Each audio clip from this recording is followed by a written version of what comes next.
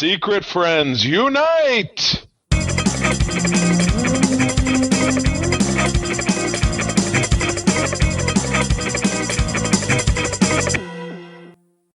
Welcome to the Secret Friends Unite 508. This is your guide to the geek side, and this is the episode where we celebrate the best and worst of all geek media for our Friendies. This, I believe, is our 10th iteration of the Friendies. Yes. Because I don't know if we did 1 year one. We might have, but it was, time or weird. Maybe this is the 11th. Right. Don't know. No one can tell. It's too hard to go back and look because those files exist somewhere. I don't even think they're on our shared drive where we pull episodes from. I have them all. I keep them all sequestered, and then I put all the video. Yeah, keeps them in the but I am Todd Oxtra, joined by Charlie Carden, and we are here to. We're not wearing our best and brightest, but next year, Charlie, let's get those tuxedo T-shirts. Oh, you know what? Make a note of it because we'll do it. Yep, we'll do it. Just like our look fancy. Yeah, just like our bet about how long the Volume 3 of West Coast Avengers will last until it gets canceled. You got to make a note of it. We do. We need like a vision board or a parking. They always call it in corporate America. They call it a parking lot issue when they have those big, like when you're having a meeting and they pull off those giant size Post-it notes. A parking lot issue. They always did that when I worked at. That's right. Let's put that in the parking lot, which means that you'll forget to bring it up the next time, and you'll then put it on the parking lot again, because no one remembered. So maybe in another 10 years we'll get it. So we have an awesome show today, super amped up to talk about the Friendies, and Todd and I were remarking we were trying to help each other just remember what came out this time last year. It's nearly impossible. So both he and I went through week by week each one of our flows. We keep all of our show flows in a single spot on a Google Drive, and this morning I went through and looked at 52 weeks of our show. It's amazing. Minus 1 or 2 weeks that maybe I wasn't on board, but holy cow. But we've got that for you, as well as a lot of fun news and stuff. But without further ado, as always, we'd like to start the show with what we call paying the bills. And what that really is a great pleasure to give some love and respect to the wonderful people on our Patreon Secret Friends Super Squad. Now, if you visit patreon.com/Secret Friends Unite, you can try us out for 7 days, getting ad-free content, early content, and tons of bonus, secret exclusive content for 7 days for free, and then stay on board for as little as $2 a month, a fraction of one visit to Starbucks for all of this great entertainment. You want to do it. You can also gift that at patreon.com/Secret Friends Unite /gift. For the geek in your life. Maybe their birthday's coming up. Maybe you miss Christmas. Do it. Make it rain. Cool. Well, these fine folks know the deal because they have been a part of our squad, some of them for an awfully long time. My buddy Derek Trevelyan, the figure dude. Francie, my wife's hairdresser. Luke Lore, Mr. Xbox Expansion Pass, great friend. And my awesome uncle Tim Horan.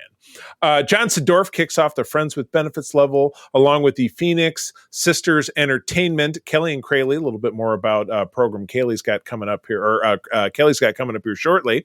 Brendan Myers, Corey in HD, great fella. Matthew Keel, my buddy Kurt Krug, and I want to back it off and keep it serious for a minute. Kurt has been a buddy of ours for several years. He's very instrumental in helping us with a lot of stuff we do with our Spotlight program. He recently lost his older brother to a kind of a freak medical accident. Our hearts go out to Kurt. Who is just a wonderful guy that we were all at Michigan State at the same time, but never met each other back in those days, but met just a couple of years ago, and we've all become very good friends. So, Kurt, our hearts are with you. And yes, please, I don't do thoughts and prayers, but kind energy and lovingness to Kurt at this tough time that I'm sure he's going through. It's very tough to lose a loved one, especially someone that you've had in your life the whole time. So, Kurt, yes, we feel your pain and send you much love. Indeed. And finally, our new friend, Tanya Lee, who is a collaborator of ours, worked on Code 47 and got her superpowers last week. So glad to have you all on board. And then finally, the folks who are our number one supporters, the awesome Nias family of the Twin Cities. Sean Stellan, Henry, I understand Sean is kind of back on his feet after having some issues with his spine in the last couple of months. He is feeling better. Yep, he had 2 bulging discs and or herniated discs in his neck, and he's getting physical therapy. And he got an injection. The injection where he told me how they did it in his neck was scary as crap. So, oh my God, going through the front of your neck to do that into your spine. Yeah, he's they could have ruptured an artery. That would have been bad. You know, when I had mine done, because I had a herniated disc years ago, it was at the bottom of my spine, and it was relatively straightforward because they go right above it. They didn't go from behind it, so that's freaky. Yeah. So we're glad to hear it, Sean. But anyway, Todd, I mentioned Kelly, and we've been talking about this for the last couple of weeks. Kelly has something exciting coming up. Tell us about it, please.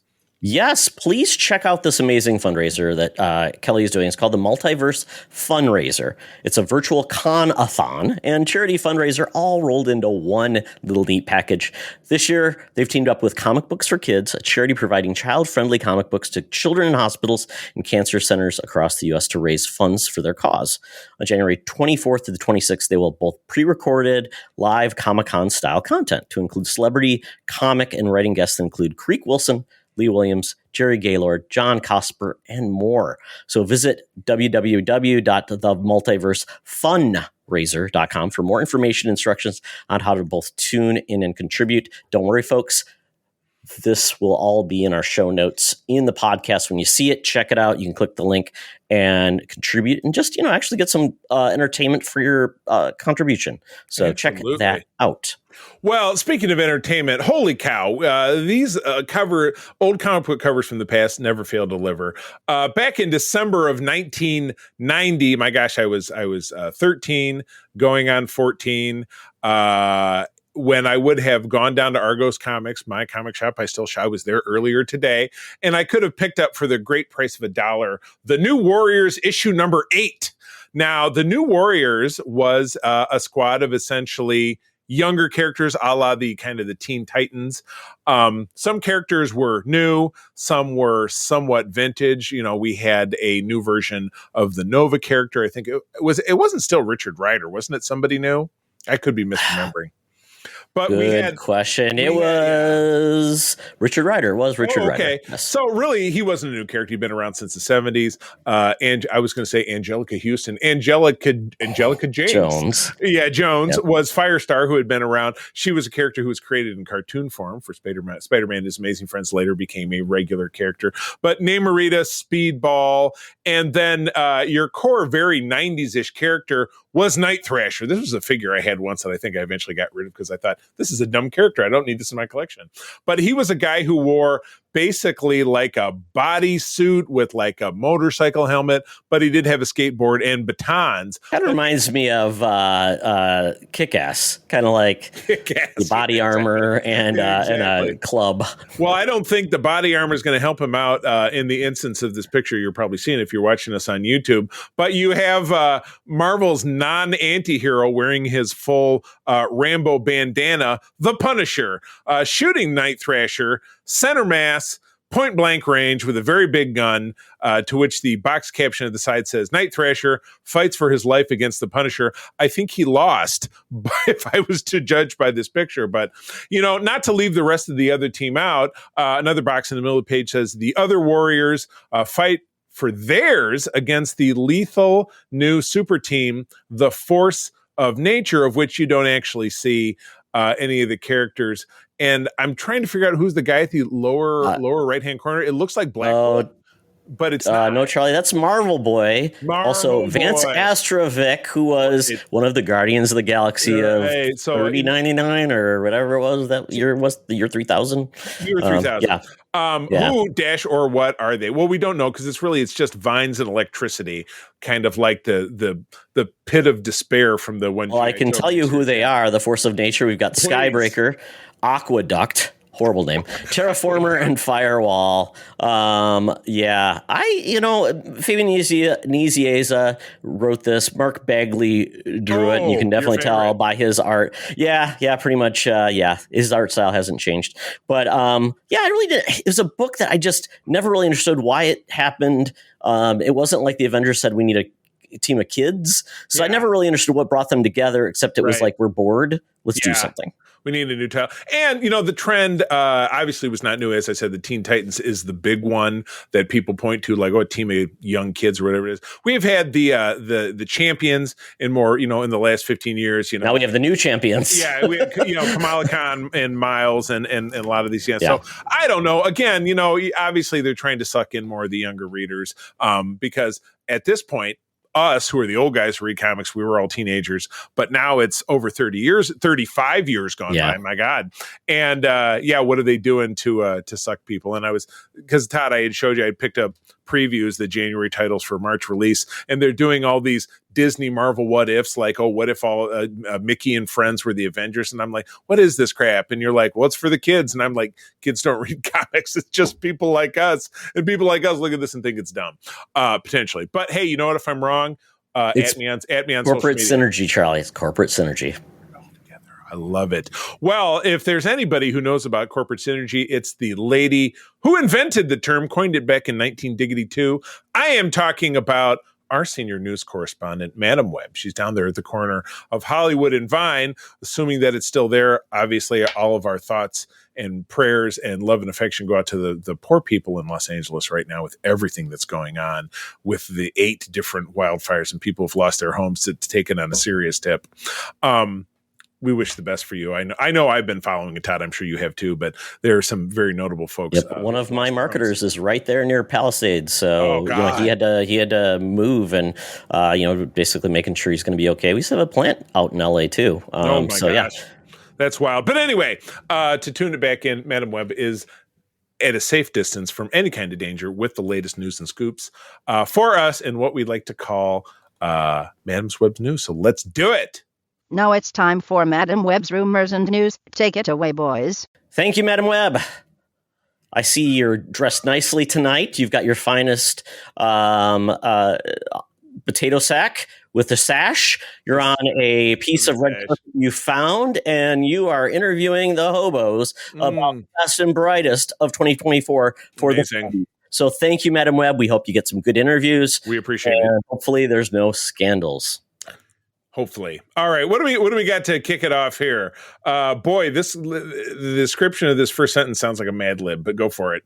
Well, here we go. There actually was a trailer for this, Charlie, but Oops. Oh, didn't watch it. Sorry. That's okay. That's okay. I didn't put there was a trailer, but okay, it is what it is. But we are essentially getting a new movie that is adapting a George R. Martin book. It was a book he wrote. Oh, very books. Early. Sure. Yes, he did. Yeah, he wrote a lot of things before Game of Thrones, which is kind of crazy. So this was a story in a fantasy anthology, 1982.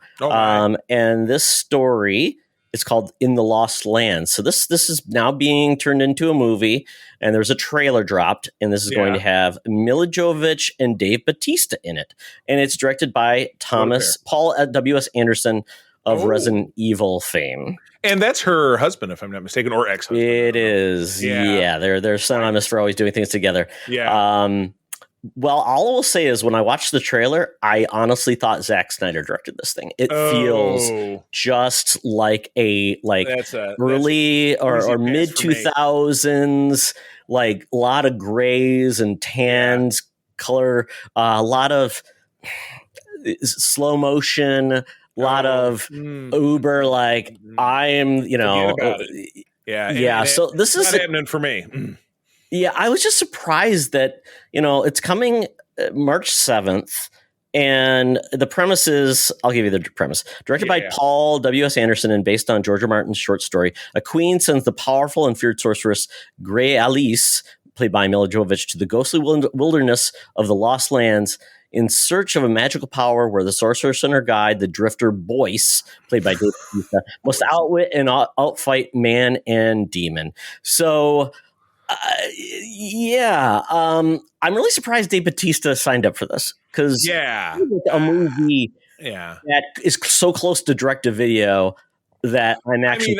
It isn't. My initial leaning, without getting to the bottom where it does say go see the film when it opens on March 7th, seeming to indicate that it will be in theaters. I see this as the way you just described it, which I'm sure I would. And again, I didn't watch the trailer, didn't really look for it, but And again, it says it looks right like it could be ripped out of a video game, which is not my jam anyway. This has all of the elements of a shit stew for me. It just does not look like it's going to click for me. I'm sure it'll click for somebody, but seems like a big-ish budget mess. Or maybe if they're lucky and it's low production values, if it tanks, they won't get as burned. I don't know. Who is interesting? What studio is cranking out this Meg? So I believe this is by Constantine Films, which I don't know what they've done. I'm just looking for like an IMDb to say, is that like a who actually Lionsgate-ish kind of thing? Lionsgate seems to crank out a lot of cheapy crappies. I'm just looking to see if does anybody have like who actually made this film? No, nobody's I'm looking. Okay, scripted by Anderson and Werner. And who produced this? Oh yeah, produced by like 18 people. And Recipe for Success. I don't even see Vertical Films. Yeah, this sounds like a very low budget. Dave Bautista probably got half the budget for this thing.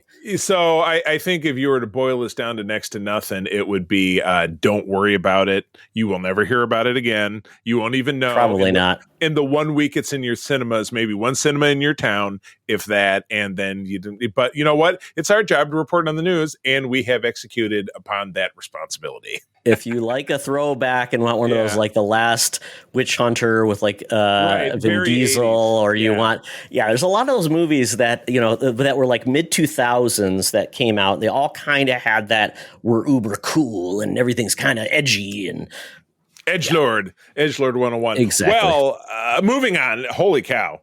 There are a few things, and again, we'll revisit this when we get to the Friendies talk about stuff we're loving, that was more powerful for me back in 2023 now. So, I talked about it last year, sorry. Than The Last of Us. Oh, my God. 6 episodes, super powerful. April and I watched it, loved it. Several months later, we came to it, watched the 6, and she said, we just got to watch them again. I want to watch them again right now. And we did. We did 2 back-to-back viewings of this because it just... If you like Pedro Pascal, if you like post-apocalyptic horror monsters, which is stuff that April and I definitely love because we're big Walking Dead fans, this was phenomenal. And Todd, as you've explained to me, and I've watched a good balance of, I'm into cutscenes movies, and I'm assuming there's, speaking of, the next one I probably need to check out is new Indiana Jones game that came out. I'm sure there's one out there. Yeah, I'm sure all those cutscenes are out there now. And that is very excellent. It does feel like a new movie. The guy who does the voice acting, he actually does the voice of Joel in the Last of Us games, is doing Indiana Jones. Dude. Does an amazing Indiana Jones. I would love it if he actually came back for like an animated Indiana Jones film. If only. He'd be great. Yeah, maybe after Harrison Ford leaves us. Not that I'm hoping for that to happen. But at any rate, the second season of it, much anticipated, will drop in April. I don't think they gave us a date, but that's always your Sunday 9 p.m. appointment viewing, the kind of the Game of Thrones block, as I recall. We get the original. We got a teaser back in September, so this is another kind of teaser. It's only about a minute and a half, which is it's not a full length by a cinematic trailer, but it's probably for a TV show. But anyway, my point in mentioning the game is that the game very closely, the series very closely followed that first game, because there's two games, or is there more than one? There's 2 games. Okay. The second game is all we've gotten since, and that came out in 2020. And I believe what they're probably going to do, because I've talked about 3 seasons total so far, because they're going to run out of material. Is my guess is they're going to split the second game in half for the series. So the first part of the game will be part, season 2, and then the latter half will be 3, which I can see how they can do it. It makes a lot of sense to do it. Yeah. Okay. And this you are shown a female character at the beginning of this in the hospital, and so this season is really about the repercussions of what Joel did to save Ellie. And all I can say is it's going to come back to haunt him. Surprise, surprise. Yeah, big time. Well, you see in one scene, he's a tear streaming down his face. So you also see scenes of the settlement where Ellie and Joel have come to live with Joel's brother and his wife, and obviously they're the new family that they were having. And that I want to say the walkers, but what do they call them? The fungies, the clickers. They call them the clickers, yes. The clickers Yep. finally stumble upon him. And the clickers are way scarier than the walkers in The Walking Dead because they're fast, they're much more brutal. And they mutate over time, too. And they're a lot Get harder even to worse. kill. Yeah, don't forget about what's the real big one that came out of the ground and The tore bloaters, yeah. tore Melanie Liskey. Well, it didn't tell Melanie Liskey in half. The little girl ripped her apart. But Melanie Liskey's right-hand man, when were they in Denver? Was that or St. Louis? I believe so. St. Louis. Yep. Yeah, when they find all of the clickers had gone underground, so when they broke a hole in the ground, they all came streaming. That was crazy visuals, but yeah, this looks absolutely phenomenal. I cannot wait. April's going to be a good month because we have something else big coming out in April. I'm drawing a blank. Some other big show. Oh, Andor. Season 2 of Andor. Oh, it's coming out. It's coming in April. Wow. Yeah. I totally forgot. Yeah. So as we get into the second quarter of the year here, there's just going to be tons of entertainment. So I'm fired up. This is probably, it's neck and neck with my most anticipated project of the first part of this year. Even as excited as I am about, Captain America, I'm also terrified for that movie because of all the reshoots and everything that they talk about. But this, I have no fear that there's going to be something exceptional out of this. So I'm fired up. Yep. So, yep. I think they've done a great cast. The people that are going to be in this are amazing. I think they are going to probably add in some additional pieces into this that are not in the video game, or they were maybe glanced on it and then it was, there was something and then they build on it like we had season 1. So I am perfectly fine with that because building out the world is kind of what they probably should do if they want to continue on to make this show go on at least more than 3 seasons. Because I don't know when we're getting the next game, maybe in 2026. And at that point, unless they're sharing the script, because obviously the game maker is a big part of the creative team of the show. Right. He could basically say, this is what we're doing. We don't have the video game yet, but here's what the script looks like, rather than George R. Martin just gives them an outline and say, have fun. Morgan Freeman, spoiler alert, we did not, in fact, have fun because the end of Game of Thrones was god awful. So it was, it was a big departure of quality from the first half. So getting into this next story here, I'm a little dubious about this. So this article from Geek Kyron says Marvel Studios reportedly recasting T'Challa for Avengers films and Black Panther 3. Are we talking prequel? Are we talking multiverse? Because we know they gave a beautiful send-off to the T'Challa character in Black Panther 2, which April and I watched not that long ago because we're nearing the, we did a full Marvel rewatch to get ready for, the 2026. So we watched that and they did it, T'Challa died off screen of some mysterious whatever, and they had a big funeral for him, and it was it drove, Shuri's narrative throughout that film. But now they're 5 years after Chadwick Boseman passed, was cancer, which nobody knew about. It came as a surprise to the world. They're looking to bring T'Challa back into the fold after. Well, I don't think it's him. I think because of the way that movie ended, he has a son. Right. And so if he then gets the mantle of it, I don't know, how old was he in that at the end of that film? He was 5 because was he 5? Okay. Yeah, 5 or 6 because that's how long the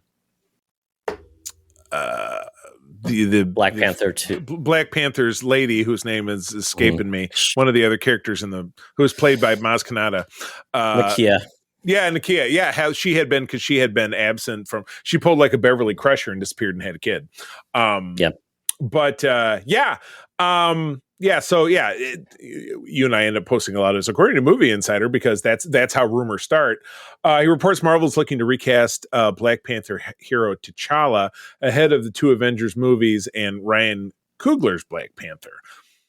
So this makes it sound like they're looking to bring the same character back with a different actor. Oh, would they do? I don't think. That just seems very messy because the entire film of Wakanda Forever was about moving on from the untimely death of T'Challa, and so now they're just gonna kind of toss all that out just for the stunt of bringing him back.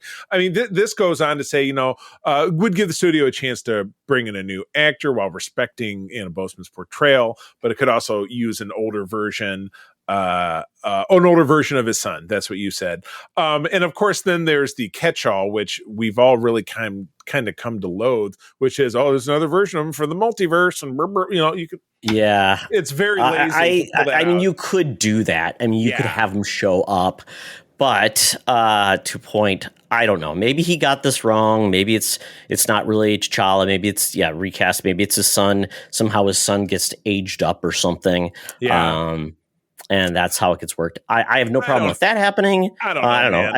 It's just not. It's just the whole thing just isn't grabbing me. You know what I'm saying? So I think they kind of put their flag down with the second film, and to back away from that effort really just invalidates anything that they might have accomplished in that movie. I just don't see it. I don't foresee Shuri being Black Panther for long, because she has been Black Panther in the comics, and then, obviously T'Challa's still alive in the comics. He comes back to basically claim back as the Black Panther, but we'll see. Maybe T'Challa got it on with another person, and there's an illimited child, kind of like his dad. Why not? Yeah, sure, why not? That works. So anyway, we will find out. Obviously, it's a bit down the road, because we're seeing it'll be in the next year that we see the first of the 2-part Avengers Dynasty with Doomsday. Not sure how that will factor into this, but we could potentially find out. I don't know that they've slated the third Black Panther film in any kind of official parlances, unless I'm very much not mistaken. that I'm aware of. I mean, if they have, it's years away. I mean, right. But again, this is a rumor from a movie scooper who's very well trusted in the industry. So yeah, we'll find out. But anyway, moving on. Todd, we broke this trailer several months ago, and we're now getting a full trailer for this film, which finally gives some perspective on some things that, in seeing it in the first trailer, you're like, what the hell is going on here? But Todd, you broke this on our Discord the other day. Take us through the trailer for Companion, of which I jumped in. It comes out at the end of January. I already grabbed our tickets, so we're seeing it on Jan 30. Yeah. Yeah, this Geek Tyrant says it's coming out January 10th. That's completely wrong. Because I saw it, I'm like, nope. It's still, Companion. We saw the initial trailer for this a while ago, teaser, and basically you see Jack Quaid with this girl, and then all of a sudden looks like a love story, and then she's sitting there at dinner, and he sets her hand on fire, and like, oh, something's wrong with this. So I thought, I bet this is some type of like AI companion or something, and that's exactly what it is. Right. She basically, we've got Sophie Thatcher, who is, and she's a sweetie pie. I don't remember what else we've seen her in. Oh, she was in Heretic, and she was amazing in that movie. Oh, okay. Yeah. Right. She is amazing. It's great. But apparently in this, she is essentially a sex robot, which everybody has in the future. But Jack Quaid, who owns this sex robot, has essentially decided to unlock some features that has essentially made AI go bad. And this movie looks crazy. Like his girlfriend knows all about this. Like they're doing some weird things. We get like, there's a great scene where you see her essentially unlock the app that increases her intelligence, which is scary. 40% to 100%. The hanger at the end, basically the stinger at the end of this trailer, is a couple of his buddies who are boyfriend and boyfriend, so the same sex couple. One of them's on the phone, and the other, and he's saying like, no, it's fine. She's locked up inside. She's not going to get loose. And then you see a sliding door open in the back of the house, and she come out and run away. And the other guy goes, but she just ran. I'm on the phone. Now you were saying. So, yes, but she's that's Harvey Guillen from Guillermo from What They Do in the Shadows. Yeah, he looked very, very familiar. But this is nuts. I mean, I remember from the first trailer they were taking turns slamming each other's hands in the door, and you see a scene where Jack Quaid is actually about to shoot her in the head from covered in blood. Yeah. So this looks absolutely nuts. So I look forward to, Todd, I don't know if you're going to see this right away, but I would love to talk about this in a Thunderdome later this month. I mean, I probably will just because I tend to see a movie a week when there's things to actually see. Yeah. So that's what my movie pass thing is. It's basically I get a movie free a month, and then my tickets are fairly inexpensive ongoing. So it's kind of nice. So yeah, I will definitely see it. I'm looking for movies to see. Yeah. Well, I think you can count on hearing about this one from us. So, all right. Well, Todd, this is your specialty when it comes to Star Wars, getting away from canon and lore restraints. This has to do with James Mangold. So what do we got going on here? Yeah, James Mangold is discussing kind of like what he's going to be doing with his movie for Star Wars.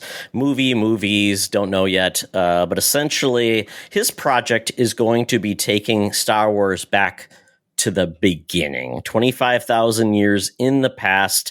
Basically, essentially, he's not really, like he said, I'm not that interested in being handcuffed by so much lore at this point that it's almost immovable. You can't please anybody. He's absolutely right. Yeah. So basically, see, by setting this film in the distant past, he can essentially create, unfortunately, he can create things now that trap other creators in the future. Right? He's basically that is how franchises work.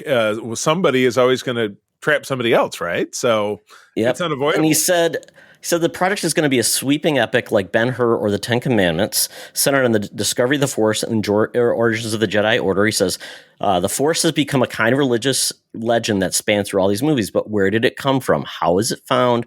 Who found it? Who is the first Jedi? That's what I'm writing now. And it says the Jedi Order was established around, love this time, 25,793 BBY.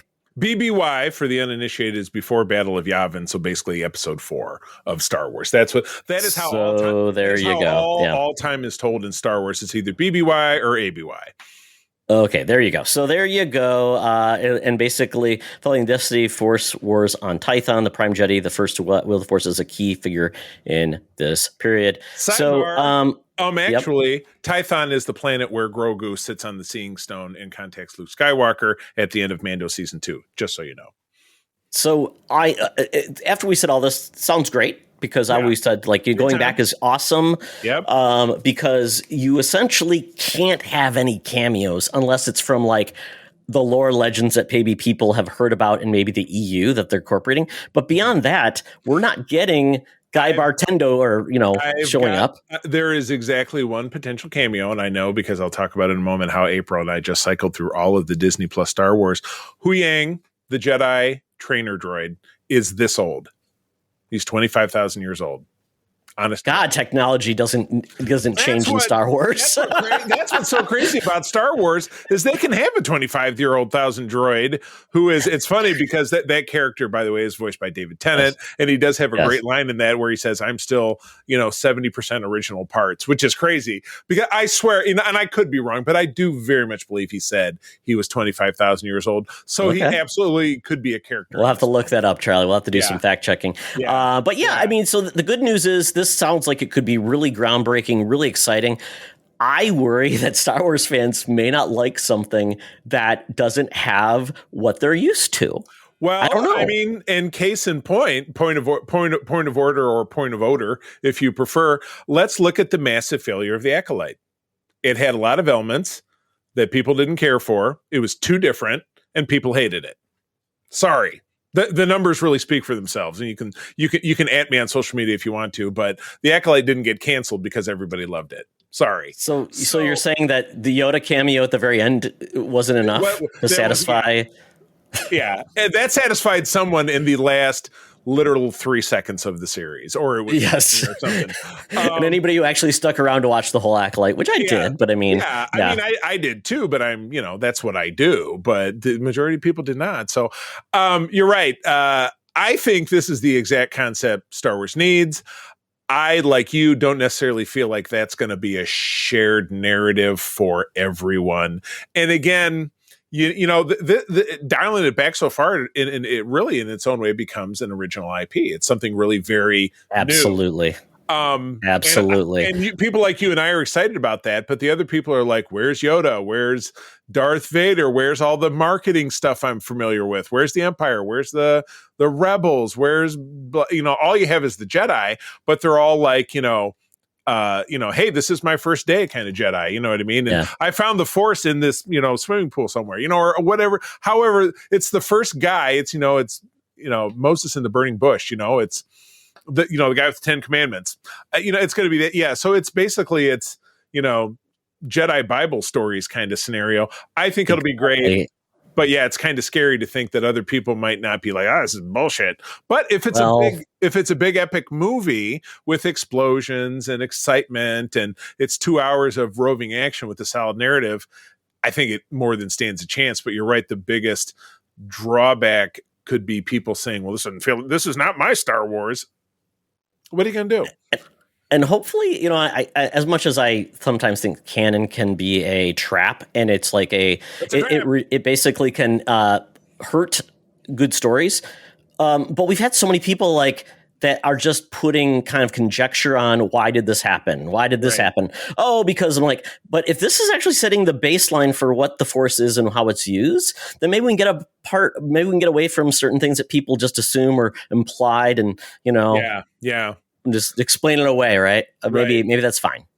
Absolutely. So soonest we would probably see this is 2027 or 2028. Charlie, unless we get a trailer, it's never happening.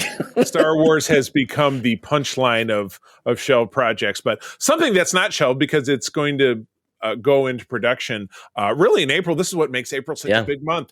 Would be the second season of Ahsoka. April and I just finished watching Ahsoka season 1 again last night. It's probably the third time I've watched the series. It came out in the summer of 2023. And actor Ray Stevenson, who portrayed Baylan Skoll, who was one of the villains in the series, Fallen Jedi, passed away right before the series came out. He died in very sad 2023. Awesome character, amazing performance, and set the character on the trajectory to have a really awesome adventure in the second season. So an interesting character arc, which I really appreciated. Right, he did not take the traditional mustache twirling or beard stroking villain move. He broke off on his own, and instead of being part of the final battle, said something to me on this planet, because they ended up in a distant planet. Smell you later. A distant planet called Peridia in another galaxy, and he said something to this planet is calling me, and it ties back to the Star Wars lore, something that happened in the Clone Wars about a distant galaxy, blah blah blah, the gods of Mortis, which you'll find out about. The role will be picked up by, what is that nice gentleman's name? I'm scrolling the Hound from Game of Thrones. Yes, and they big man, great actor. Yeah, those two actors were friends in real life. And apparently the casting was blessed by Stevenson's widow, Rory McCann. Rory McCann. So there's certainly enough of a physical resemblance that I think that won't be a problem. But as we were talking about, they're big shoes, or I should say boots, because everybody in Star Wars wears big boots to fill. I mean, it's a very meaningful role. And again, a great character arc with a character, with a trajectory that is a real journey that's going to happen. So I can't wait for this. If it's being produced now, they're saying that it could be released before the end of the year, but more than likely probably a Q1 2026 release, which I think would be absolutely spectacular. And this has to happen before the Dave Filoni movie, right? Right, which is summer of 2026. No, so it's got to come out. No. I take that back. That's the Mando movie. If you're talking about a future Filoni project that brings together all of the, it's all of his TV stuff. Yeah, that is not actually. Is that TBD? It's TBD. It doesn't. Oh, good. Yeah, the only real, and it's funny, the only real Star Wars movie that has been completed into post-production is The Mandalorian and Grogu, which will be out in summer of 2026. Everything else is, there's going to be a Rey movie. Oh, we're dangling Rogue Squadron back in front of you. There's another. There's James Mangold. Yeah. We were just talking about it. So Simon Kinberg's got a trilogy, exactly. And is Rey in it? Nobody knows. Or did they kill Rian Johnson's trilogy? I think they whacked that one. So same as the Game of Thrones trilogy, same as the Kevin Feige project. Yeah, who knows? I absolutely love it. So I loved Ahsoka, and then again, I'll touch upon that a little bit more in the Geek Easy. But that's the news. So we've got a lot more to talk about. But first, we've got to get ourselves up to the very fine establishment known as the Geek Easy. I've ordered up our Uber X. It has arrived. We jump in the back of this beautiful black Cadillac Escalade and beep, bop, boop. They turn on Sirius XM radio. We got the Yacht Rock station on, even though Todd said turn that off or I'm going to kill somebody. But it's kicked off by this same very familiar advertisement. Hey, Secret Friends Unite, let me tell you about Zencastr. We use them for our show, and now they're supporting us. Zencastr is now the all-in-one solution making podcasting easy. It's the ultimate web-based podcasting solution. Provides high-quality audio and video podcast production and hosting. With a full suite of professional tools, podcasters can seamlessly record, produce, and publish studio-quality content, all from one dashboard. Being a creator has never been easier. And we chose Zencastr because of the ease of use, high quality output, and it makes it super easy for our guests to come on. We had multiple solutions we tried before, and Zencastr has just been the best fit for us. Why Zencastr? It's now super easy to record a podcast with Zencastr. Log in using your browser and start recording a high-quality podcast right away. Record studio-quality sounds and up to 4K video with your guests. Feel a sense of zen knowing Zencastr's multi-layered backups ensure you always have your recordings in the highest quality, even if the connection is unstable. Have you ever worried what you sound like? Zencastr's post-production process makes you sound buttery smooth. It automatically removes those ums and ahs in your recording. It removes those awkward pauses in conversation too. Set the right podcast loudness and levels while reducing background noise with the click of a button. So if you're interested in making an easy, high-quality podcast just with the click of a browser button, go to zencastr.com/pricing and use my code SFU1. You'll get 30% off your first month of any Zencastr paid plan. I want you to have the same easy experiences I do for all my podcasting and content needs. It's time to share your story. Now back to the show. Talk nerdy to me. Talk nerdy to me. We're sitting in the Geek Easy, cover band's playing, drinks are poured, and we are going to get our nerd on this week. I'm still catching up on a lot of things, but I have really gotten into Skeleton Crew. I'm through with all of the episodes. We started a rewatch just before I came down here because the final episode will be on Tuesday, the day this episode comes out. So, oh my God. And Todd, you're the harshest critic of Star Wars, and I respect that because I do record a Star Wars show with Mark. Love Mark as I do. He's got a very big heart when it comes to Star Wars. He's a very half glass full. Half glass full. Yes. My glass is always empty. And I'm saying, who drank my glass? Yeah. Who drank my water? He's going to force choke somebody. So Todd, I would say your opinion on a Star Wars show is more valuable than almost anyone I know. So talk to me about how you feel about Skeleton Crew. Skeleton Crew brings something that Star Wars has been lacking for so often, and that is fun. Fun? What's fun? I haven't heard not of it. Not dire, not the world is on fire, everything's going to end. Oh my God, who's who related to this? Right. Literally, this is what we talked about, is kind of like a story where you don't need any type of cameos. You don't need anything to tell a good story rather than just a good story. And that's what the show is. At its surface, it is Goonies in Star Wars. But in a lot of ways, this show, the kids are great. I really enjoy them quite a bit. Wonderful kids. I love it. Yes. And they are kids. Kid actors are such it's a 90-10 split that the 90 being you're going to get some kids that you would want to punch if they were in front of you. Yes. Kid actors are awful. Sorry, kid actors. But from the prospect of a consumer, people generally hate kid characters. People hated poor Will Wheaton as Wesley Crusher. It's just, they're reviled. People just can't deal with it. Unless you write them correctly or direct them correctly. Yes. Children can be bad, but you can do some great things with them.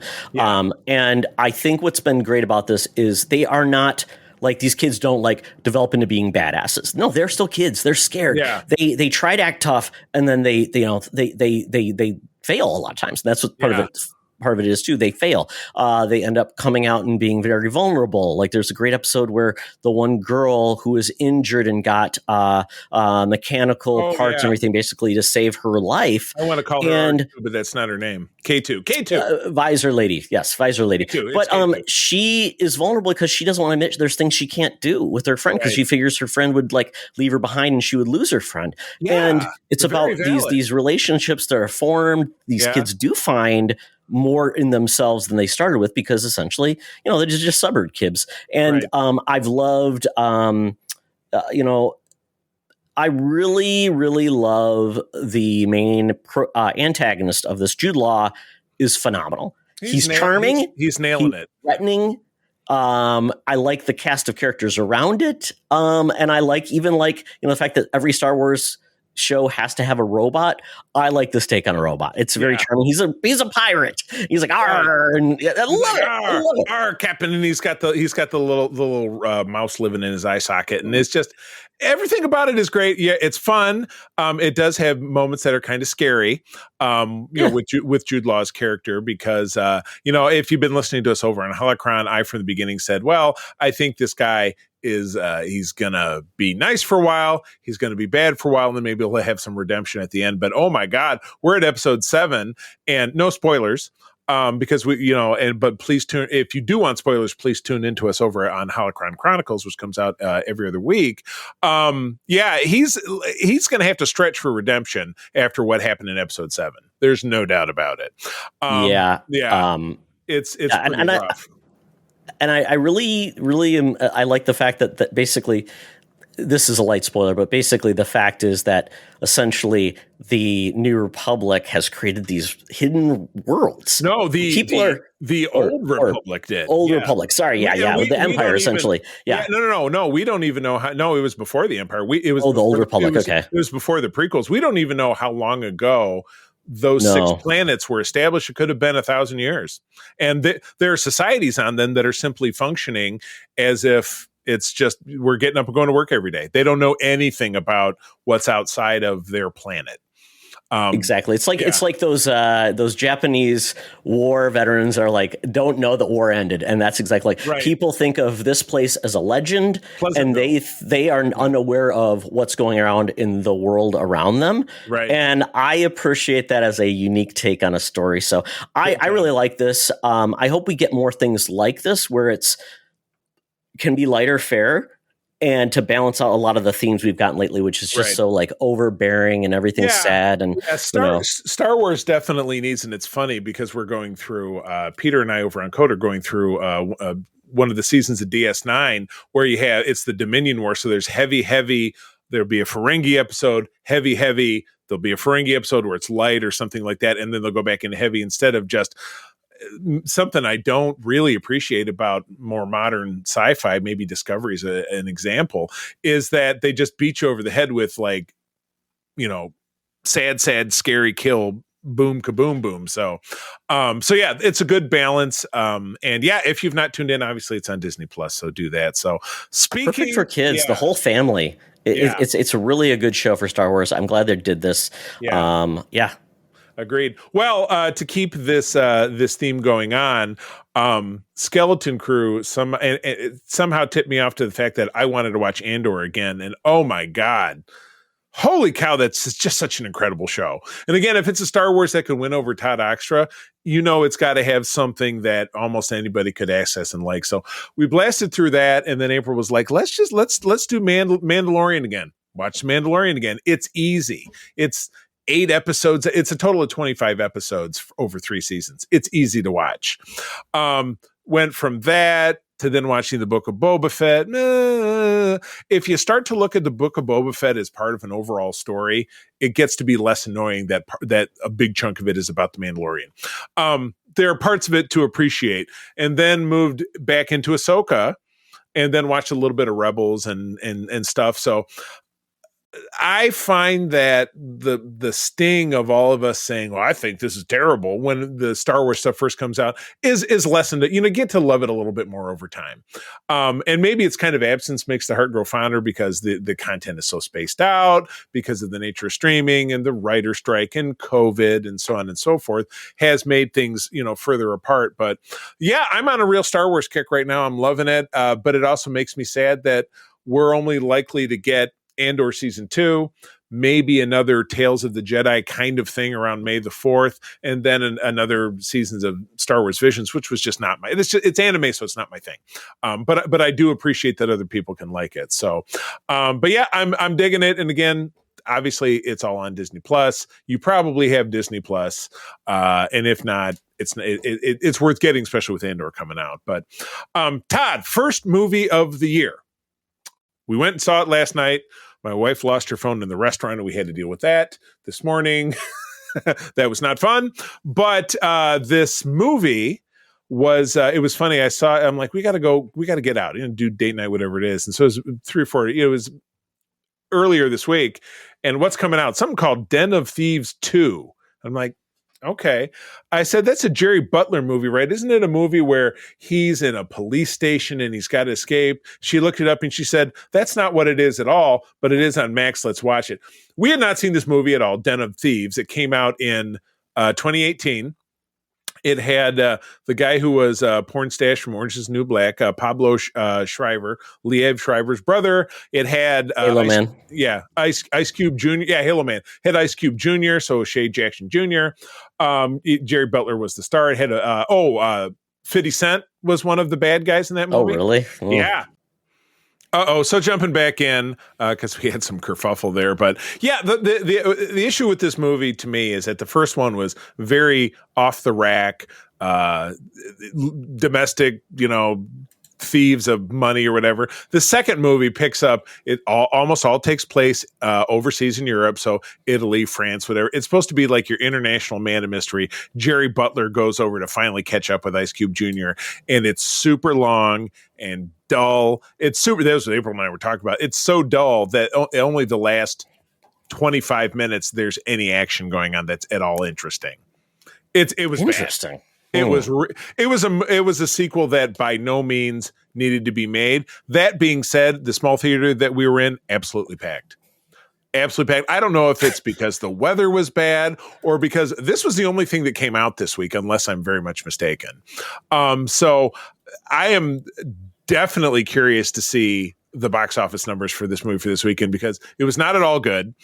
It was an IP I didn't know anything about, and people went to go see it in droves.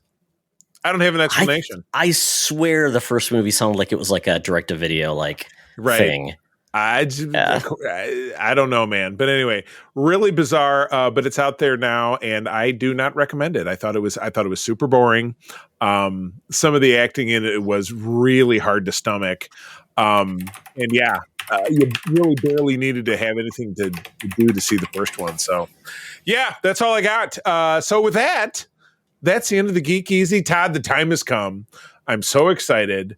It's time to roll out the reddest of red. Well, you've already got the red carpet. I guess I've got to jump there and join you on the red carpet for the 2024 Friendy Awards. Let's do it. Welcome to another edition of Thunderdome. Thank you, Tina. The mutants have been gathered for a topic or game to be entertained, and this week we have the biggest night entertainment, actually the biggest Saturday afternoon entertainment. That is the 2024 Friendy Awards. This is where we celebrate and pan the best and worst of 2024 with geek media. That's movies, TV, collectible comics, and a look back at the year of nerd. So Charlie, we always start with our news stories of the year. So we've got, I put down 8 of them, but obviously a lot of these are similar themes, good and the bad. So I'm going to start with the first one. Public domain horror stories. These got to be like one of the biggest things for some reason, but all these public domain, all these prop IPs have gone to public domain, including Winnie the Pooh, Popeye, Peter Pan, Steamboat Willie. And now they're all horror films, which I think is a weird place to take them too. I mean, is it paying off? I don't really know. I don't know. But they're still making them. They're still making them. So, all right, I'll jump in. I'll take number 2. It's funny because I worked for a bank years back, but too big to fail. We had a number of high-profile box office bombs in 2024. Furiosa, spinning out of Mad Max. Joker 2, didn't see it. Horizon, the bane of Todd's existence, which was Kevin Costner, a Western. Borderlands, which was the bane of my existence because it was on my bracket. And Megalopolis, which Francis Ford Coppola made with his own money, which made like $4 million. I mean, oh my God. He couldn't find a distributor for it, and he finally found one that's like, so basically nobody took any risk on this film, and it just was crazy. And the funniest part about all this, Charlie, is Kevin Costner essentially was doing great big business over on Yellowstone, and he gave it up for this project, which you own it, Charlie. So I'm waiting for your review. It's him and it's Waterworld over. No, what was the big one? The Postman. That was his passion project. Oh yeah, Waterworld was huge too. That was one that like they never thought they would budget. There's still a Waterworld ride or entertainment spectacular at Universal Studios though. You can see that. Unbelievable. All right, number 3 is RDJ. Robert Downey Jr. is coming back to the MCU as Doctor Doom in 2026 for the 2-part Avengers Doomsday and Secret Wars. And we will reveal the cast of the Fantastic Four film, which will come out this summer. Very exciting stuff. Yep. Superman finally got its trailer at the end of December or in December. Yeah. And apparently is just the numbers for that trailer are huge. So that hopefully bodes well for people opening their heart to Superman. I just want people to give Superman a chance. Yeah, big time. Big time. Oh, this one's special to me. I always kind of loathe sticking G.I. Joe and the Transformers together, but I got to tell you, it's Image Comics, right? Image Skybound is now producing a Transformers comic. They're producing a G.I. Joe rebirthed and paired that together with the Void Rivals, which I know I read the first issue of that. Absolutely spectacular. I love the new G.I. Joe stuff. I'll talk a little bit about it in my selections as well. So, and then number 6, Star Trek, excuse me. Blah, blah, blah. What do I do? Oops. While we were wrapping up, obviously Star Trek Lower Decks, which happened very recently, Tawny Newsome, who's a great lady who I've met a couple of different times out there in the fandom world, who played Beckett Mariner on that show, is teaming up with another writer to do a Star Trek live action comedy. We don't know a lot about it. It's potentially taking place outside of your traditional world of Starfleet and the Federation. And I'm sensing workplace comedy, maybe. I don't know. Could be fun. And then also, if you're tuning into us over on our Patreon, Todd and I just today recorded a great blurb about DC's new Absolute line. We read the first couple issues of Absolute Superman, Batman, and Wonder Woman. Absolutely fun and spectacular. The most different takes on those characters I think that has ever been done. They're very enjoyable and they're available in comic shops now. And you're at the ground floor of that series, which is great. So new readers. And Charlie, the last story I thought this was interesting because we just talked about Star Wars, where it's going, and this new trilogy was just dropped, and Simon Kinberg is going to write it and direct it. Which quite honestly then says, what is this? Right. What does this mean? And it just, once again, Star Wars, I don't know half the things if they've actually announced them or if it's just rumors at this point. I just need somebody to tell me what's true and what's not. Right. I have an honorable mention, and I put down a couple of things, but I'd like how you did it better. Honorable mention is the extraordinarily bizarre news story of an exhibit in Glasgow called the Willy Wonka Experience. Oh, that's right. Oh, I have a link for the story. You can find it on Wikipedia and just give it a Google. But it was this very weird thing for children, walking them through what was basically a warehouse and introducing us all to a character called the Unknown. It sounds like a Donald Trump story that I'm telling right now. We all love him, folks, don't we? The Unknown. Yeah, this is actually going to be made into a horror film, I assume. Oh my god! It just feels that way. Those are the interesting stories of 2024. Can't wait for 2025. And with that, we get into our first category, which is comic books, collectibles, and books if you read them as well. And I've got a couple of comments from our team over on our Discord, which is great. We've got Raul Giver and we've got Jordan. I don't know Jordan's last name. I forget it. She's one of the fine young ladies who's in our Star Trek fan club chapter. Very nice young lady, and I'm drawing blank on her name too. But great gal. So Raul says for collectibles, his favorite was Dread Suit Samus Figma, so basically for a character from Metroid. This is a collectible statue, so very, very cool. Raul said for comics, his favorite was The Last Mermaid. Don't know what that book is. And his biggest disappointment is Marvel Gods. Ooh, ouch. I don't know much. Yeah, that one I think was announced. It was like, don't know if that one's going to deliver or not. And it did not. What did Jordan say? What's Jordan got going Jordan on? says, so Jordan's favorite in collectibles, there was it's interesting. Gene Ha came to Grand Valley State University Lakers Con this year, and I got him to sign my Wonder Woman's Historia, The Amazons, and he drew my main character of my novels for me. Very, very cool. GVSU's LakerCon, run by my friend and fellow recording partner Jonathan Snedeker, who is a professor at Grand Valley. Because he was fantastic. He was telling me all about it when it was going on, because he and I were drinking buddies. We go to the old Brewery Vivant here in Grand Rapids, Michigan. Good stuff. Very cool. And then she said for comics, it's been an ongoing run, but Batman, Superman, World's Finest by Mark Waid and Dan Moore, which we did talk about on our comic, The Spin Rack, last year. So I'm glad that book is still finding fans. So very, very cool. All right. Okay, Charlie, it's time for ours. Do you want to go first? Yeah, let's do a countdown from 5. Okay. So I'll go. My number 5 comic / book / collectible / moments is comic series.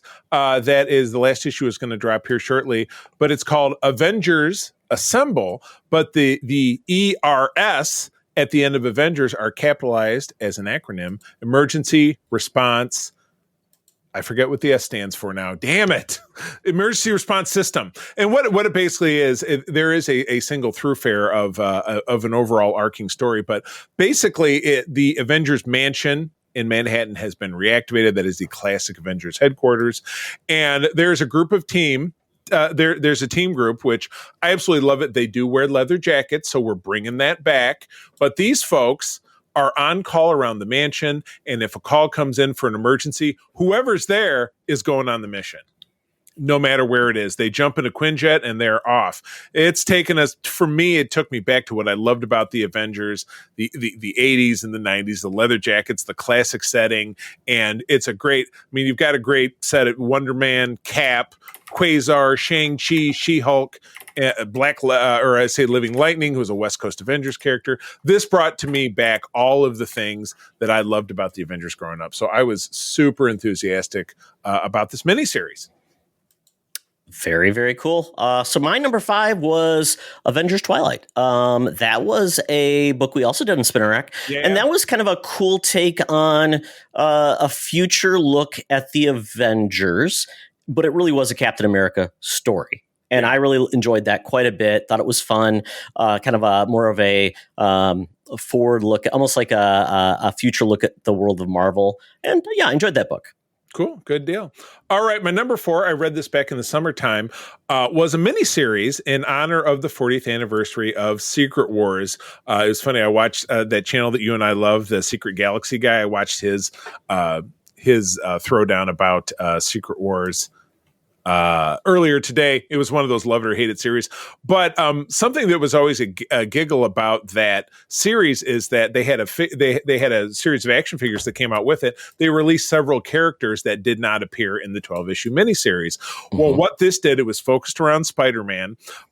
It was set in between like 2 panels of like issues 8 and 9, where he stepped through a door and appeared in an adventure with all of the characters who were figures that did not appear in the series, therefore making it canonical.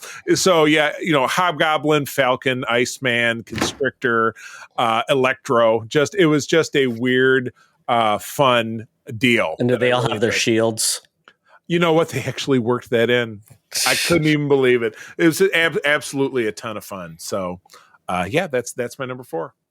Okay. My number 4 is Charlie's gonna love this, but it's continuing on with the Transformers mashups, and they did a Knight Rider Transformers crossover, and it makes sense because he's a Knight Rider kit. It's a vehicle, uber intelligent, becomes a Transformer. I believe it's called Agent Knight. I did not secure it, but I'm still going to get it. But it's also has the light, the classic light that goes back and forth, and does the sounds for $50. That is pretty impressive. So I like that that's happening, and I know we're going to get more of these, and I love them to pieces. Can't wait until we get like the racist Transformer who's the General Lee. Or the A-Team van. I mean, it's basically Ironhide at that point with a mohawk like Mr. T. Cannot wait for that to happen too. So there you go. Oh my Knight Rider Transformer. I love it. All right, jumping into number 3 is a YouTube program. So which is not exactly a TV show, but I'll call it a moment. Todd, you've heard me talk about this. I joined the Patreon so I can get a T-shirt. The YouTube channel That Aged Great, which is by a comedian. I'm drawing a blank on his name, and I believe it's his brother who's basically it's like a radio show where his brother just it's like his Ed McMahon. Yeah, like laughs at everything. But what they're basically taking is movies largely from the 1980s, but some going further and some that are a little newer, and just giving them the what it looks like in modern parlance, and just absolutely tearing it apart. So think about movies like One of the Guys, or Revenge of the Nerds, or Milk Money from the 90s, or Hard Bodies from the 80s. Just really bad. They're doing what we do, Charlie. They just don't do it in like a full segment. Theirs are pretty short, right? Yeah, it's 10-minute segments. If you join the Patreon, you also get expanded versions, 2 each, over about an hour that are audio, which I enjoy listening to. But yeah, it's a lot of fun. I absolutely love what these guys do. So I highly recommend it. A lot of their content is paywalled, but some of it is available for free on you. It's paywalled like our stuff is. I'm not going to knock on them. I'm not going to drag them. They're doing what we do. But yeah, it's a lot of fun. Go check out the free content, and then certainly feel free to tune into their Patreon because it's totally worth it. I have a lot of fun. Perfect. My number 3 was the Magneto helmet I got as part of like the X-Men 97. Yeah. I actually used it for an event I went to this year. So I liked it. It's not exactly great to wear. It's not exactly like, it needs more padding or something to hold it there. Is it like this Cobra Commander helmet? Oh, it's over there now. Does have, in like my X-Wing helmet, does have padding on the inside, but that one doesn't, huh? It's got some, but not enough. It definitely does. And when you do not have hair, you basically got your skull. You need a little more padding. So you don't have any padding. Yeah. If I was ever to wear it again, I would definitely put in more padding to make sure it doesn't clank around my head like that. But it's very cool, very fun. Yeah. It hangs up there, and it's a nice little piece. So I like it. It wasn't very expensive. Very good. Number 2 for me is a bona fide collectible. It is my last big HasLab. That would be the G.I. Joe Dragonfly. This is my second in the G.I. Joe classified line. This is the second one they produced, but not the last. They produced another one this year, which I did not pick up upon. The Dragonfly is essentially the Army's Apache helicopter, which is very big in the 80s. But it's beautiful. It's to 12th scale. It has a lot of, it came with basically 6 figures? 5 or 6 figures with all the different unlocks, which were classic characters released that had, some of whom had not been seen today. One of them, which was the co-pilot, Glenda, was a female version of Scarlet that was from G.I. Joe in the G.I. Joe series in South America. So it was a very, very much deep cut that even I wasn't aware of. Super cool. I've kind of reached end of the line with the G.I. Joe classified series because I got a lot of them, but I kind of got where I needed to get, so I'm kind of done. But it's a wonderful series, and it's a super, super duper cool collectible. But it was a Kickstarter, and your only way to find it is aftermarket. The good news is we bought 2. If you really want one, you should drop me a DM because I have one to sell. That is still in the box, still in the shipping container, so it's completely virginal and unmolested. Oh, thank God. I'm glad. I mean, I would hate to know if something was molested and not find out. Precisely. That's a horrible term. Let's just not use it anymore. Okay. It's canceled. There you go. My number 2 was the Cobra Commander / Duke comics. I didn't read all of the GL comics, but really enjoyed those. Thought they finally put great talent on those with those characters and regrounded them and brought them into a modern landscape. And it basically was resetting everything. So you didn't have to worry about like, oh, we gotta pay attention. Oh, we're going to have Cold Slither be on an episode. Maybe that'll happen in the future. I don't know. Yes, but they're just really highly enjoyable books. Absolutely. There's obviously the Scarlet and the Destro book, and now there's going to be the ongoing book. So that has me intrigued to see how it goes, and because I've already been reading the Transformers and the Void Rivals, so I'm glad it's all working out. It's good stuff. Yeah, I'm a huge fan of that series. That was actually one of mine before I found things I liked it more. Well, here's my number one. This would be, and I talked about it last week, and you can see it right behind me, the G.I. Joe Image Skybound Marvel Comics Compendium. This is the Kickstarter I chose to do this year. It was $300, which it kind of sounds like a lot of money until what you get, which is every single solitary issue of the 1982 to 1994 series, plus Special Missions, which was a side series of about 30 issues. You get all of the G.I. Joe Transformers miniseries, also from the 80s, and the Order of Battle as well. And all the unlocks included different stickers, different posters, patches, trading cards. It was just absolutely spectacular, and they're in bound volumes with the nice coating on the side, and it's like you're reading a Shakespeare text from the year 1700. It's just absolutely fantastic. So I was super enthused, and it was worth every nickel. My number one was the Amalgam Omnibus. Talked about this actually on the podcast last week. It's pretty great. Getting a book that, which I own a lot of single issues, but the fact that these have not been able to be purchased in a new format in over 30 years and probably won't again, is pretty amazing. So I would say, folks, if you're interested in the Marvel versus DC Amalgam or the Marvel versus DC Omnibus, get them while they last, because unless something changes, they will be very hard to get, and they'll be on eBay. Get him. All right. And my disappointment, this will probably not be surprising because I feel like I probably drop this every year, but you know what? I'm disappointed by it every year. Over in retail, the two action figure lines that I continue to collect are the Marvel Legends and the Star Wars Black Series. We're seeing prices start to creep up. We've added $3 or $4. But we're also seeing soaring clearance, both at stores like Target and then at Ollie's, which is a chain here in the Midwest. Stacks and stacks of these figures pouring in for $5 or $10.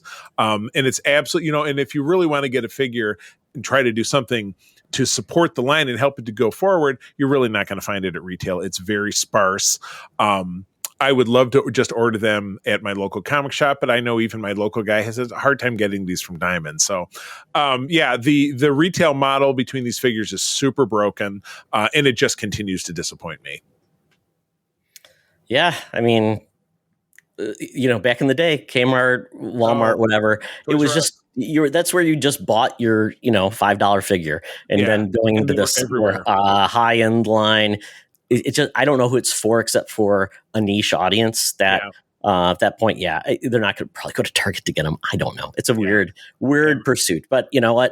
They'll stop doing it once apparently it stops making money. So, true. In some ways they're still making it. So what about you? My biggest disappointment was probably the new Ultimate books. I just did not see anything there. I've heard the Ultimate book with the characters, the team is supposed to be good. Okay. But I just found not much interesting in the takes on these, kind of like with Absolute. I really like their take on these. These ones just felt like it's more of the same. So I don't know. Just didn't resonate with me. I read a few of the Spider-Man ones, and like they have the X-Men one that I really didn't care for. So I mean, that one did feel a little bit different because it's like very anime. It's a different approach, but still. The Black Panther and the X-Men one just wasn't doing it, or the Spider-Man didn't do anything for me. I hear you. All right, let's move. I have one more thing. This is like more of a favorite geek moment of the year, and that was going to the Uncanny Experience. Oh yeah, absolutely. So cool to do something so unique and different in my own hometown, of Minneapolis, and just getting to meet a lot of X-Men fans. I'm so glad this is happening, and it seemed was very successful. So, and I got to run into a bunch of folks that we both know, which was great. It was fun. Meeting all these people coming to Minneapolis for this event, and got to ask Chris Claremont some questions, which was great, and a great fun time. Awesome. All right. Well, let's jump into talking about the cinema. Did any of our special guest stars have thoughts about movies? Yes. So Raul said his favorite movie was Transformers 1. his biggest disappointment was Madam Web. Oh, I feel like that might come up again later. We'll see. It might. Yeah. So that's great. I think the Transformers one is getting a lot of love, which is great. It's probably the best Transformers movie we've gotten. Yeah. So, except for my nostalgia themed original Transformers movie. Oh but my gosh. yeah, it's great. Gotcha. And then let's see. Jordan said she loved Deadpool and Wolverine and Wicked. No big surprise there. Both great films. Very, very good. Yeah. Yeah. So let's go to ours, Charlie. All right. I'm not sure why I covered it up, but there should be new to you favorite, biggest disappointment, and top 5. So I think they're all there. Yep. All right. Well, disappointment. We'll start with the top 5. My number 5, and this was a highly anticipated movie for me, was the Civil War. Not the one with the Avengers, but it was one that would talk about what a Civil War would look like in the United States. And I was really looking forward to this one, and I was not disappointed. So it was a chilling tale of something that, Todd, we all thought was going to happen in this country anyway, and it still might after January. It was 20th. in my top 10, Charlie. It was a very good movie. Yeah. It was a very good year. Okay, so for my top 5 movie was Furiosa, a movie that I love the action, no fat on that bone, and I love just the way it was told. Disappointed that obviously, and it's a prequel, but to a character we didn't know anything about. So it's great that it happened, but obviously did not do well enough that I think that the Mad Max universe might be going into hibernation. Yeah, I hear you. Well, my number 4, no big surprise, because it probably ends up on a lot of people's list, is Wicked. Again, I've not seen the musical. I was totally aware of it. Everybody knows about The Wizard of Oz, obviously, since it's lived in our culture for nearly 100 years. But I adore this. I'm a musical guy going back to my teenage years when I was in musicals, when I was in high school, and I love music and I love quality performers, which we saw in spades in this. And I loved the kind of the touch on magic and a little bit of the Harry Potter vibe that this gave me. So I had a lot of fun watching this. It was an enormous success that'll be followed up by another enormous success at the end of this year when the sequel comes out around Thanksgiving. For good. Horrible name. My number 4 was Dune 2. I thought it was breathtaking to watch. Really love the fact that they landed the ending. The performances were amazing. Austin Butler didn't have an Elvis voice, which is great. And I just love that this type of epic movie came together, and people really enjoyed it. Did very well at the box office. Absolutely. All right. Number 3, legacy sequels are dicey, but we got one that was a total joy. That would be this fall's Beetlejuice. Michael Douglas. His name is actually Michael Douglas. That's true. I can't believe I said it. But we know him better as Michael Keaton reprising the role from 1988, bringing back Catherine O'Hara and what's the woman's name? The mom, Lydia. Winona Ryder. Thank you very much. And the every gal Jenna Ortega as the young daughter was a combo that was. Can we just call her the every goth? Because it seems every like goth? No, because we also have Mia Goth, so that could get confusing. That's true. But anyway, delightful film. Had a lot of fun, and I believe it did well. I think it was did very well. Was well received. So I'm glad to hear that. So yeah, that's my number 3. My number 3, Alien Romulus. Alien's a series that hasn't had a lot of juice lately, but I thought this brought it back, put us back in a very similar situation, but with more of a almost like kids go into a haunted mansion type of thing. Yeah. And there's ghosts, except there's aliens trying to kill you. Yeah. There was a couple of elements I thought were a little cheesy. Like there's a line that I'm like, yeah, they didn't need to do that, but I really was charmed. I love the tone. It felt like I was back in like that 80s aesthetic tech, with the big buttons and everything. So I really enjoyed that movie quite a bit. And Aliens looks like they're going to have kind of a renaissance. Yeah, renaissance. Yes. Number 2, I'm right on board with our pal Raul. I loved Transformers 1. Transformers has had a horrible legacy since the early aughts because of Michael Bay, with bright spots here and there, but this really delivered in an animated format, which is how Transformers was given to us back in 1984. So for me, that's really where it is on my heart. And it gave us a prequel that still didn't feel irrelevant because prequels are such a mixed bag. So totally dug this. I assume that there's going to be a sequel to this at some juncture. So I look forward to seeing it. It didn't do very well financially, which just really sucks, considering the horrible Transformers movie did really well financially. Yeah, that is, people do speak with their wallets, but people are also stupid. So, yeah. Exactly. So the next time we see the Transformers, it might be teamed up with G.I. Joe on the live screen. That could go horribly wrong. I'm not looking forward to it. I hate to say it. No. My number 2 was Deadpool and Wolverine. Great film in regards to just two franchises and characters I absolutely adore that are now officially part of the MCU. It delivered so much, and I'm so happy it came together. Love this movie, Deadpool and Wolverine. Precisely. Well, dovetailing in, that is my number 1 film of the year. The MCU has been in a funk since the end of Endgame. We've had some highs, there's some middles and some lows. But this put a punch in with a fan favorite character. It was a love letter to the end of the Fox era of the X-Men films, which were also a very mixed bag. But it also took really the Fox Marvel in general, with a great cameo by Chris Evans as the Human Torch from the Fantastic Four films from the aughts. So this was delightful. I've not gone back and revisited it, but I will be watching it soon because it is the end of the MCU watch through. So look forward to it. What about you? What's your number 1?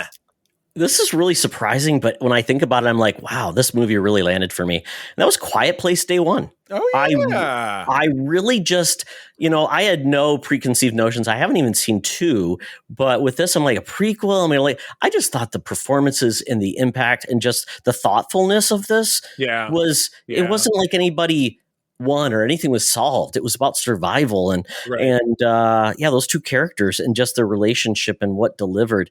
Just really, and the sacrifice that was made at the end was just like very touching. So Quiet Place Day One. Thank you. I dig it. Good deal. All right. New to me favorite. I'm lucky because when we do Shocktober, we watch older films. So I picked out an ironic favorite because it was so silly, was Return of the Living Dead from 1985. It was it was between that and The Fog. And I was more entertained by Return of the Living Dead. Because the fog was so where this was a blast. One naked zombie and the mortuary and the vivisected dog was alive, and it was a lot of fun bits. It's a goofy film, yeah. It was a lot of fun bits. I dig it. What about you? Mine was Rise of the Planet of the Apes, a movie, that series I said I wasn't interested, and I saw the first one. That was really a great movie. I really want to go and watch the rest of those. That was the first one with James Franco. Yeah. Yep. Absolutely. John Lithgow. Yeah, that was good. This one back in 2011. I think so. Yeah. Okay. Good stuff. All right. Biggest disappointment time. I have a tie. There's a couple of ties in my overall rankings. Not surprising. It's coming from the world of Sony. Actually, could have been a 3-way tie. But you know what? I'm actually gonna change it. No, I'm gonna make it a 3-way tie. Madam Web plus Venom 3 plus Craven. It was a 1, 2. Really? Craven? I thought you said Craven wasn't the worst. It's a tie, but it's barely a tie. But definitely Venom 3 and Madam Web were just trash. I just don't know how they can do so bad. But the good news is, as near as we can tell, the reign of terror has come to an end, and things are going to start in a different direction. We will see. We will see. So, what about you? This was I took more disappointment. Like, I wanted it to be good, and I wasn't sure. And that was Trap. That was a movie where, I root for M. Night Shyamalan. I'm like, oh, this could be really interesting and look really good. I like the cast and everything. And then when it happened, I'm like, what are you doing? Exactly. Yeah. So not very, M. Night's probably on one of those downturns. Yeah. We'll see if he gets another upturn. That's his Yeah. career, though. He's We'll like see. John Travolta. Yeah, He's going to do a Look Who's Talking, and then he'll come back with Pulp Fiction. He endures. All right, let's move on. Well, Charlie, I want to end on a good note. I had an honorable mention of a movie that it's not the greatest movie in the world, but I just thought it was just so charming and different, and I definitely think everybody should watch it. And that's Lisa Frankenstein. Such a goofy, fun, different type of horror comedy film, romance. I thought it was absolutely charming, but obviously not my top 5, but really hit me in a different place. I'm like, okay, good job. All right. Okay, let's move on to TVs. TVs. Oh, yeah. I've got a TV for sale if you want one. But what did you just do? I'm moving our listener stuff. So, you freak me out. So we'll start with Raw. What? Stop doing that. I'm trying to read it. We'll start with Rawl. He did like a show called Scavenger's Reign. I don't know. I'm not familiar with that one. Sci-fi, HBO. I believe it came out last year, but yeah, I watched one episode of very unique science fiction animated science fiction show. Gotcha. Yep. And Jordan was enjoying something called Dr. Odyssey. She felt it was going to be a turn my brain off show, but I'm obsessed in doing character analysis, and like, it's not high art, but it's way deeper than you would think it would be. Well, you know what? Entertainment is where it's at. That's why we watch these things. So good deal. Okay. And Jordan's biggest disappointment, probably 911 and 911 Lone Star current seasons. The pacing issues are glaring for 911, and Lone Star is giving me whiplash. Wish some of its plot choices. Isn't that the one with Rob Lowe?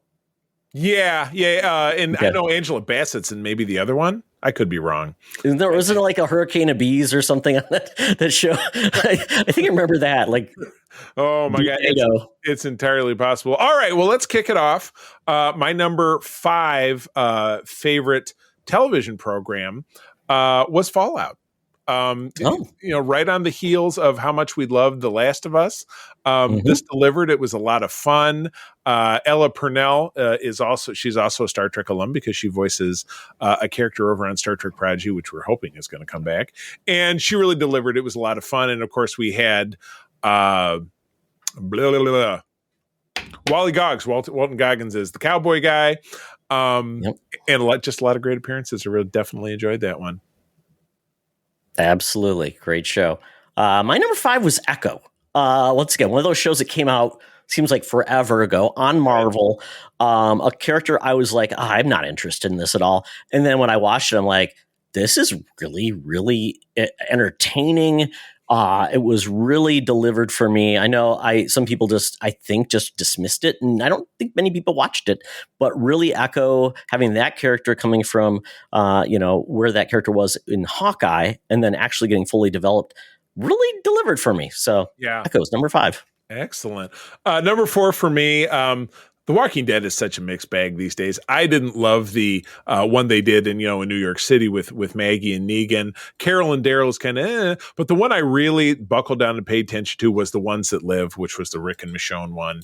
I forgot that came out. I know.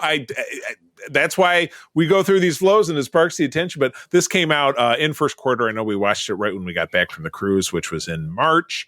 And they really delivered. The villain of that was Terry O'Quinn, who's a Michigan native, but you love it from shows like Lost. Yep.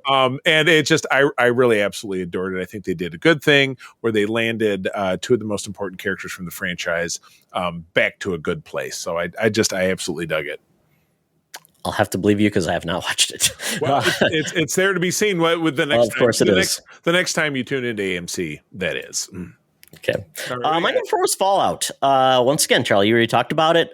Just great way to utilize an IP, but do tell your own story, and that's exactly what Fallout did. Because there is really no set story in Fallout. There is one like overarching story in each Fallout, like you have to save your dad or something like that. Yeah. But they just said, hey, play in the world, and delivered, and they captured what the world is like. And I just so happy it turned out good, and it's coming back, and people are excited for it. I love it. Good deal. Well, my number 3 is probably a little higher on your list, or maybe it's a lack up. That'd be X-Men 97. We've been looking for some animated gold to come back to Marvel to compete with DC, because that's really where DC lives. So we went the nostalgia route, but it tapped into something that is so core for not only people like you and me, Todd, but even really the next generation younger than us that were actual kids back in 1992 when that X-Men series came out, where we were in high school. But this hit all the notes. It gave us some intrigue of bringing in some other characters from outside of the X-Men verse, like Captain America. Love seeing him.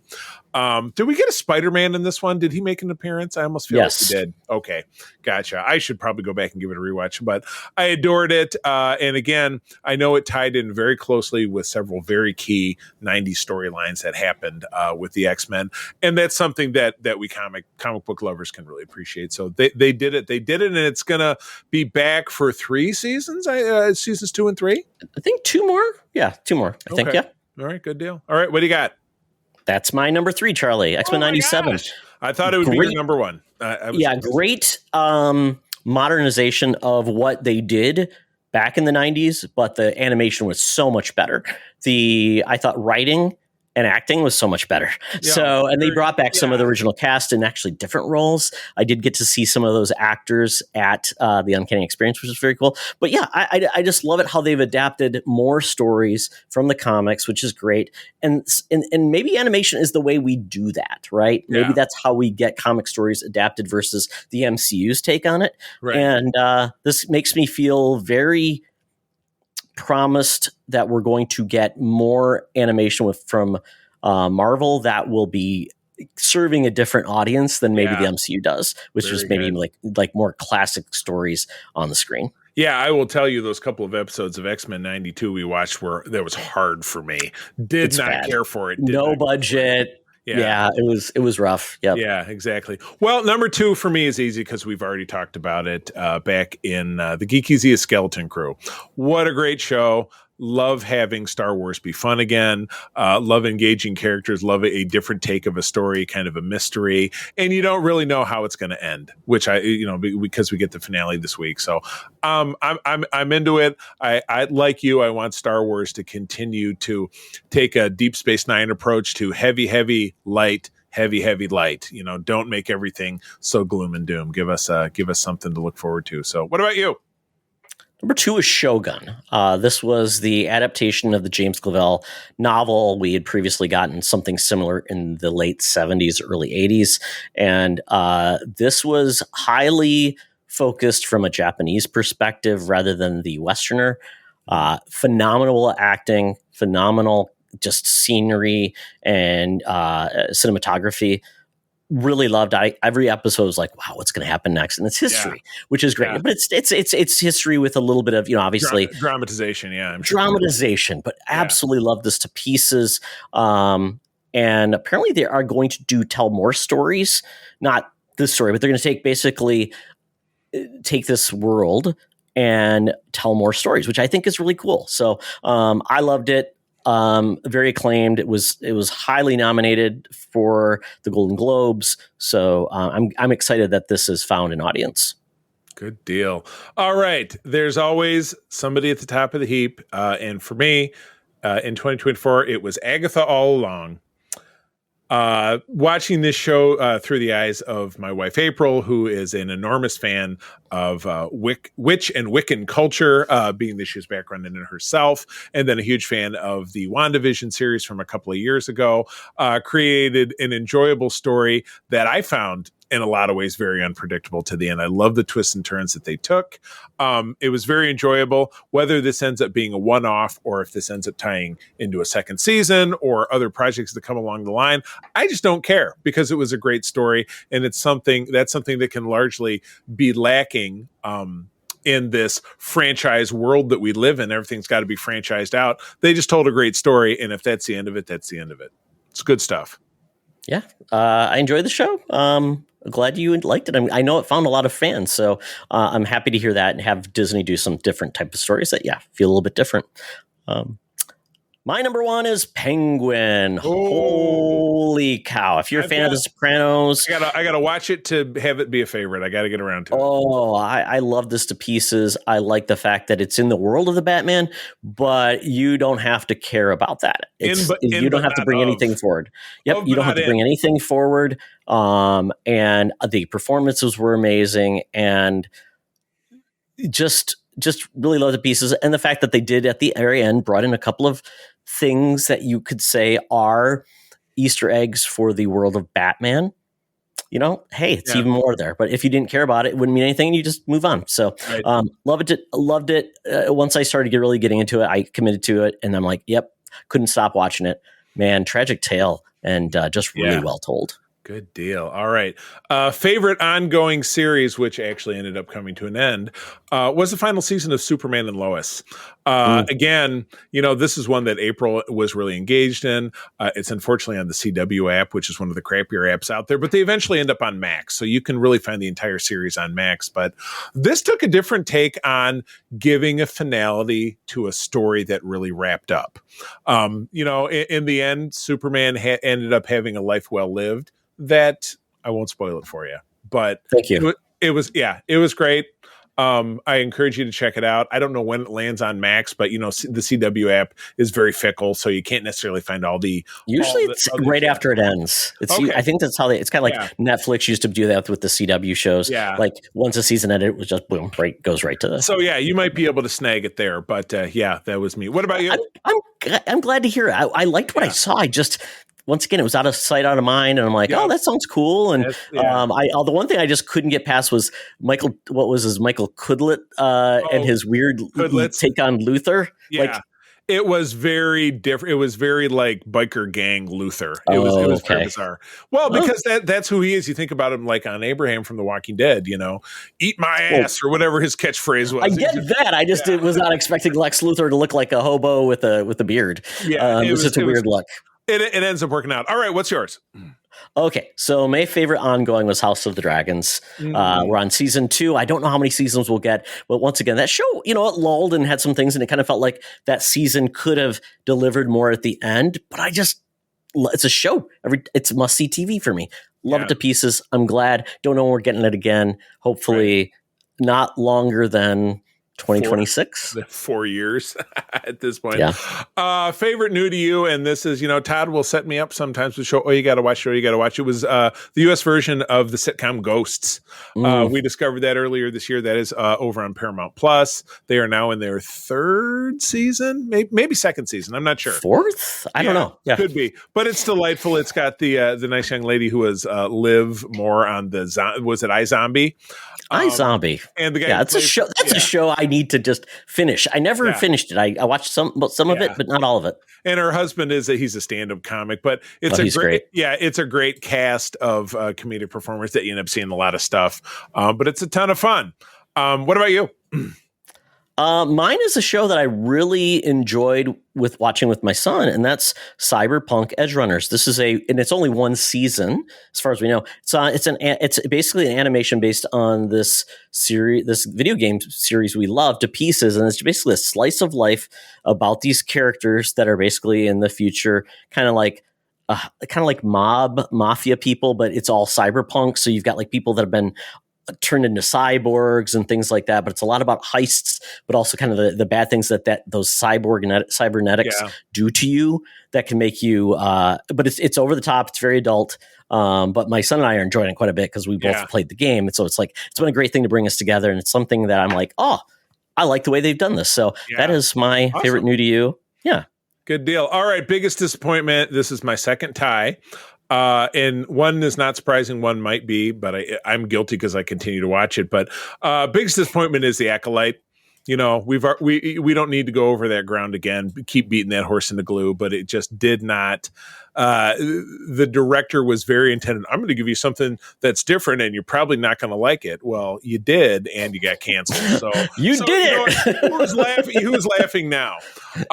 And the other one, which I continue to watch, is Tyler Sheridan's new show, The Landman. Billy Bob Thornton is the star. He's great. I like Bad Santa is a Christmas movie we never don't rewatch. This show brings out the absolute worst in all of the things about Tyler Sheridan. It's it's very sexist. It's forcing characters down your throat, trying to make them interesting, and they're not. Trying to force plot lines into characters that are dull and bloated, and it's just going nowhere.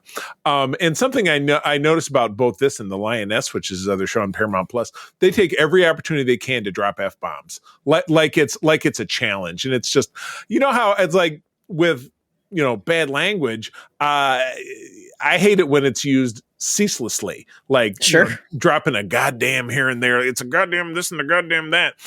This show does that ad nauseum, but I still continue to watch it. I just hope it gets canceled so that I don't have to get dragged. So it's your junk food. It's your junk food. Yeah, it's my junk food. So what about you? All right, take us home with yours. It's so funny because there's you haven't met him, but he's part of the nerd chat, and we've podcasted him before on the video game show. He loved some shows, but then he said like Landman's one of his favorite shows. I'm like. So I was just trying to get a basis of like, should I watch this show? But after you told me, like, no, I think you confirmed my suspicions, but maybe it's just, it hits right with some people, and maybe the people just want to see Ellie Lerner naked. And that makes it good enough. And you do, not constantly, but you definitely do see there is some boobage in this without a doubt. But yeah, it's very dull and sexist, and your suspension of disbelief will not carry you through this show. Okay. It goes too far. Good to know. Well, I also share my biggest disappointment with you, Charlie. The Acolyte. Very disappointed that they kind of built up some characters that I thought were going to be a mainstay of the show. And it turned into something where I felt like we're trying to make X happen. And it just didn't work for me. Tune in next season for X. They were putting all these things in place. Oh, you got to tune in next season to see. Yeah. And it was like when I think either you and I have talked about this or this came out. I think maybe Mark and I talked about this on Holocron. When you spend a freshman season trying to build interest for a payoff that would be in a second season that may never happen, you're toast. It's just not going to play. And that's what we got.